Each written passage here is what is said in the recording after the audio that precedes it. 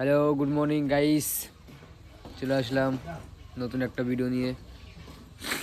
খুব ঠান্ডা পড়ছে আজকে, ঠান্ডার জন্য উঠতে ইচ্ছে করে না বিছানা থেকে। এই যে দাদা ফোন করে করে পাগল হয়ে গেছিলো। এই যে কিছু বলবে দাদা, কিছু বলবে? হ্যাঁ দাদা এখন একটু ব্যস্ত আছে, দুধ মাপতে একটু ব্যস্ত আছে। তো চলো আজকের ভিডিওটি শুরু করা যায় একদম মানে হ্যাপিলি মুভমেন্ট করে আর কি। তো দেখতে থাকো পুরো ভিডিও, আমরা কী করি না করি। চলো হ্যালো গাইস, দুধ দিতে বেরিয়ে পড়েছি আমরা। এই যে আমাদের কি রাস্তা বলতে এটা যেন ভুলে গেলাম। এটা হলো আমাদের এটা ডাউকি রিভার, ডাউকি যাওয়ার রাস্তা।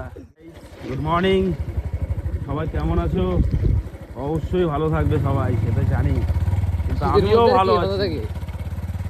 আজকে প্রচণ্ড ঠান্ডা পড়েছে, আজকে লেট হয়ে যাচ্ছে রোজ রোজ, এত কুয়াশা। সকাল 6টার সময় উঠে এই কাজগুলো মানে সব কমপ্লিট করে তারপরে আমাদের দুধ নিয়ে বেরোতে হয়। কি বলবো আর। এখন আমরা কোথায় উঠবো? এখন আমরা যাব সোজা। এখন কোন জায়গায় উঠলাম কেবল? এটা এটা সিকিমের দা হুইলে উঠলাম। ডাও হিলে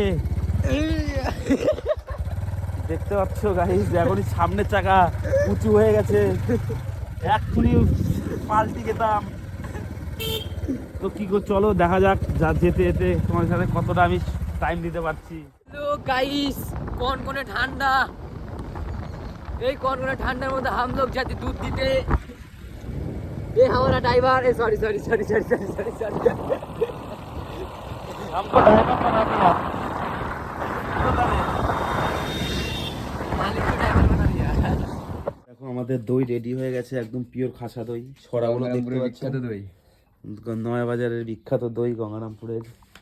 তো দেখো শুধু সরাগুলো দেখো, একদম কি অসাধারণ। আবার ওখানে দই মেকিং চলছে অলরেডি, দুধ ঢালা হয়ে গেছে, এখন জাল দেবো, তারপরে দুধটা আবার নতুন করে দই পরিণত হবে। তো গাইস দেখো আমাদের রোজকার ডিউটি, এসে দাঁড়াবো কমন, মানে এক মাসে মনে হয় 20 দিন আমাদের দাঁড়াতে হয়। এই যে ট্রেন গাড়ি চলে যাচ্ছে, আগে ছোটোবেলায় এই ট্রেন গাড়ি দেখার জন্য মানে কত এক্সাইটেড থাকতাম, আর এখন বিরক্ত বোরিং লাগে।